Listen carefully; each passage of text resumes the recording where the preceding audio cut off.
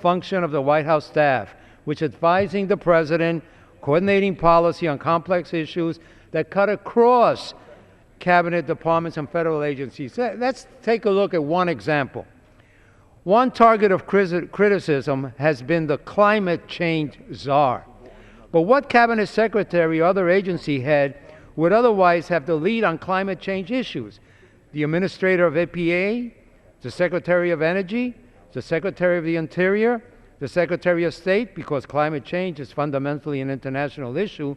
The fact is that all these officials and many more have a role, and that's why the President has designated a senior White House staff member to coordinate activity and policy making on climate changes.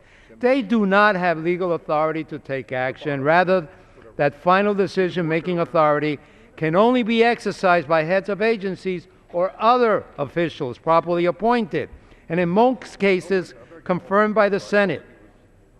In modern times, there's nothing unusual about the White House and its staff playing a leading role in policy making, especially on issues important to the President.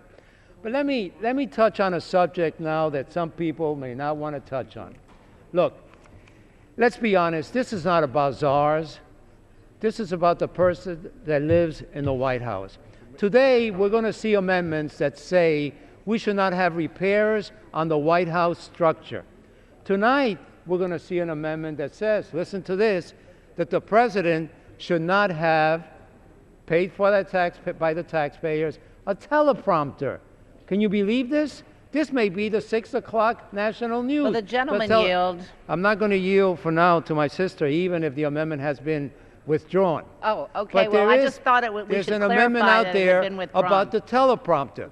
So I'm going to give some folks on the other side, with all due respect and love and affection, some advice.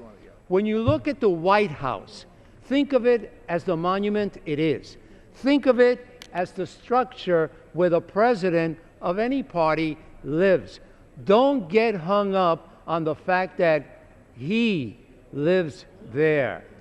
Notice I didn't mention the name because I don't want to upset you. Don't get upset at who uses the teleprompter. Don't get upset at whose plumbing needs repair in the White House for 50 years. Make believe it's the last president. Please repair the White House. Please allow him to have staff. Please allow him to be president. But don't get hung up on the fact that he is the president, because I know that upsets you. You can't accept the fact that he is the president. So don't let that bother you. Just concentrate on the issue and concentrate, Mr. Speaker, I think we should concentrate on the fact that the White House structure itself is a building we should keep in good shape. It falls under my subcommittee's jurisdiction and Ms. Emerson's chairmanship. We have a president who may at times use a teleprompter. Let him use it, because if we get into that, then our staff may not be able to write notes for us in the future, because it's the same thing. So, yeah, sometime it may not be this president, it may be another. I wish I could mention his name right now, but I know it upsets the heck out of many people on that side. So don't go after him. Just do what needs to be done. And this is a terrible amendment and should be defeated. Gentleman's time has expired. The Chairman, gentlelady from Missouri's. move to strike the last word. Gentlelady's recognized.